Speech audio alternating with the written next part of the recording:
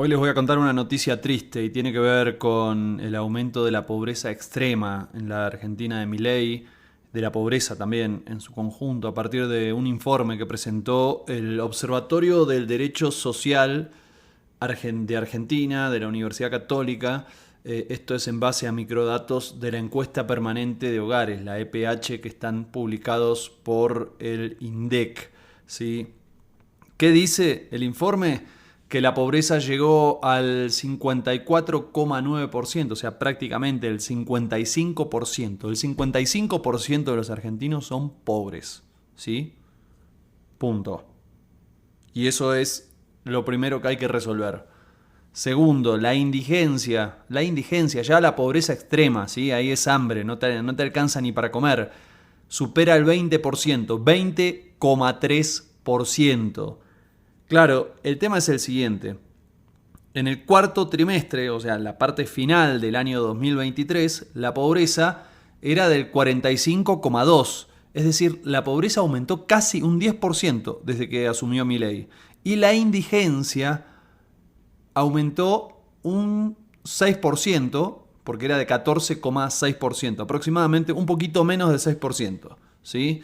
¿Qué dice Agustín Salvia, que es el director del Observatorio de la Deuda Social Argentina? Dice que, que se incrementó de manera notable y que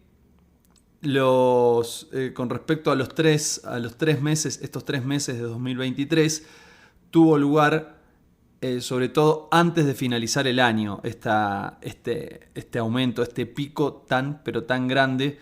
Claro, la pregunta es ¿por qué? ¿Cómo llegamos a esto? ¿Qué está pasando? Porque capaz que hay otros indicadores que están un poco mejor, hay un descenso, ponele entre comillas, de la inflación, o por lo menos en la estadística, aunque el último empezó a rebotar, o sea, se interrumpió la seguidilla de meses a la baja. ¿Y qué más?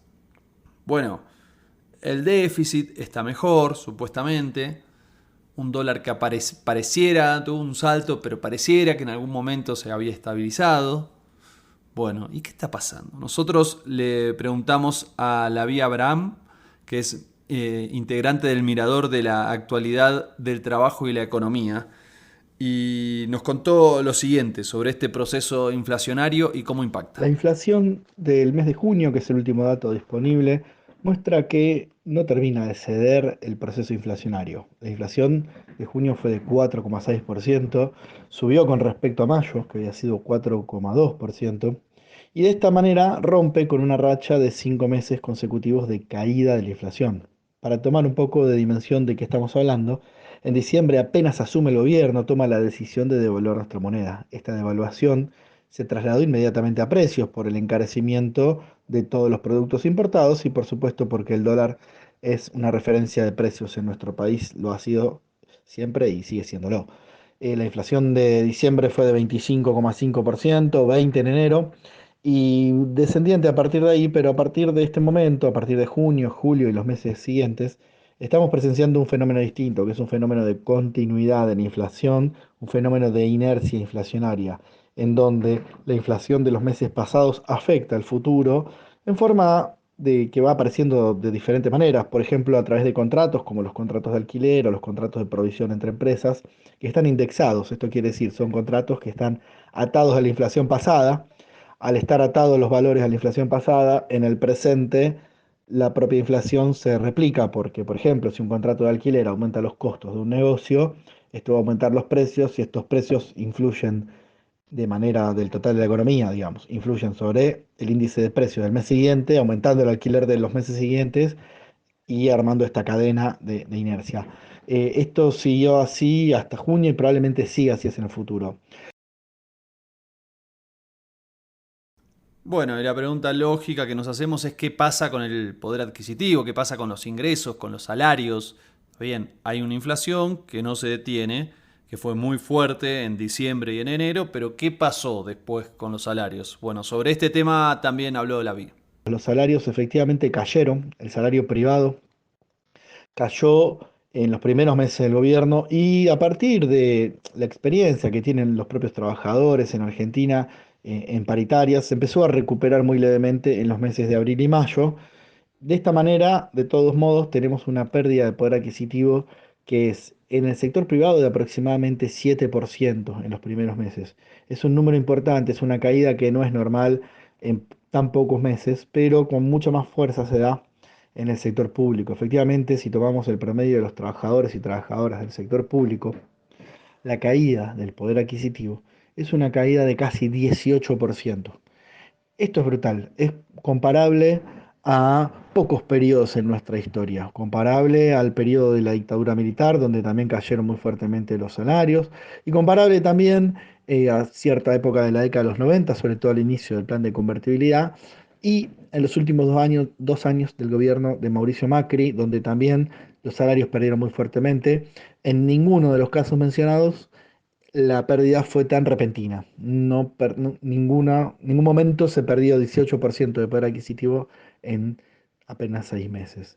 En ese sentido, entendemos que este gobierno efectivamente busca un nuevo piso salarial. Busca un nuevo piso salarial quiere decir que a partir de ahora los sueldos y salarios que se negocien arrancan desde acá abajo. A lo mejor con mucha suerte a recuperar lo perdido, pero muy probablemente no, sobre todo por la fuerza que está teniendo la recesión económica. La fuerza que tiene la recesión quiere decir que en este momento se están perdiendo puestos de trabajo, se están aumentando la desocupación y la subocupación, se están perdiendo horas de trabajo en el sentido de que no hay horas extra o no hay turnos extra que se puedan hacer.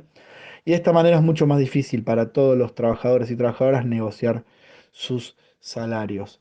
Nosotros hacemos desde Mate una cuenta que es la siguiente, es tratar de comparar qué hubiera pasado si los salarios hubieran seguido la línea de la inflación. Como no siguieron la línea de la inflación, entendemos que hay que hacer una especie de comparación y compensación mes tras mes para ver cuál es el valor que hubiera sido necesario para sostener los salarios a la par de la inflación.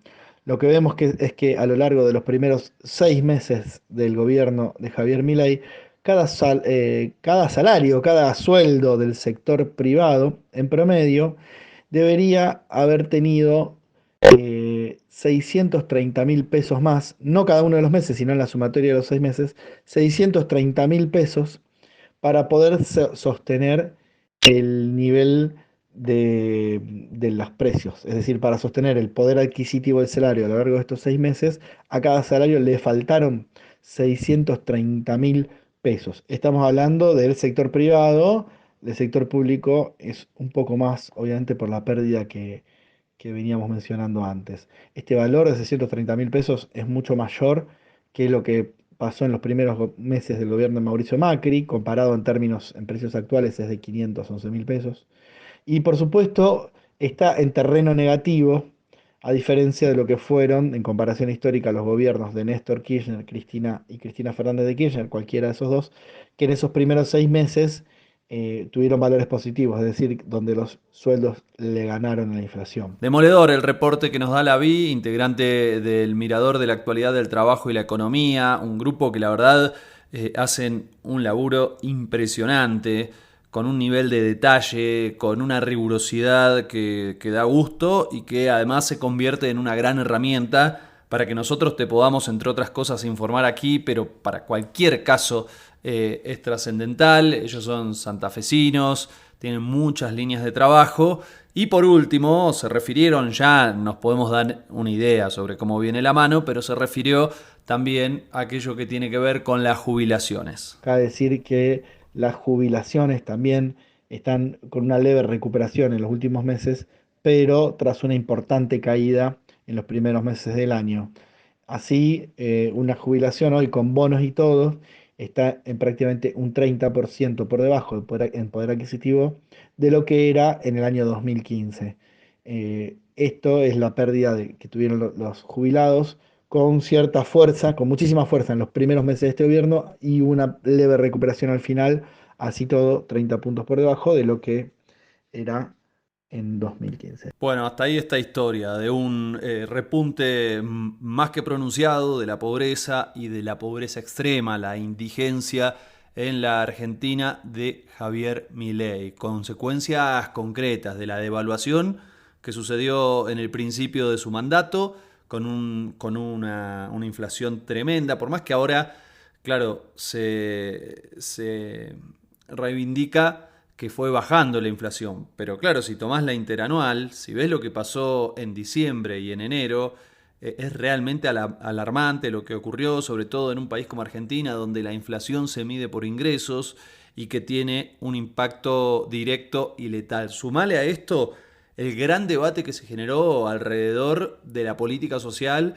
y del rol de los comedores, el traspaso de alimentos para los distintos comedores. Es cierto, muchos de ellos organizados, administrados, gestionados por movimientos sociales, pero que tienen una línea de llegada directa a aquellas personas que están padeciendo esta pobreza extrema.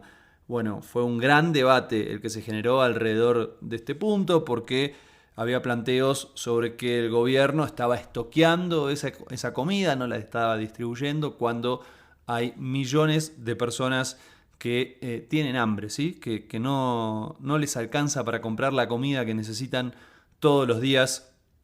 Yo siempre lo digo, creo que lo primero que hay que mirar, por el primer motivo que hay que evaluar a un gobierno, es por este. Lo otro es secundario, lo otro viene después. Pero en primer lugar, nada se puede hacer si hay gente que pasa hambre, si hay gente que está en la pobreza. Y por eso, claro, lo que estamos viendo en este momento es verdaderamente alarmante.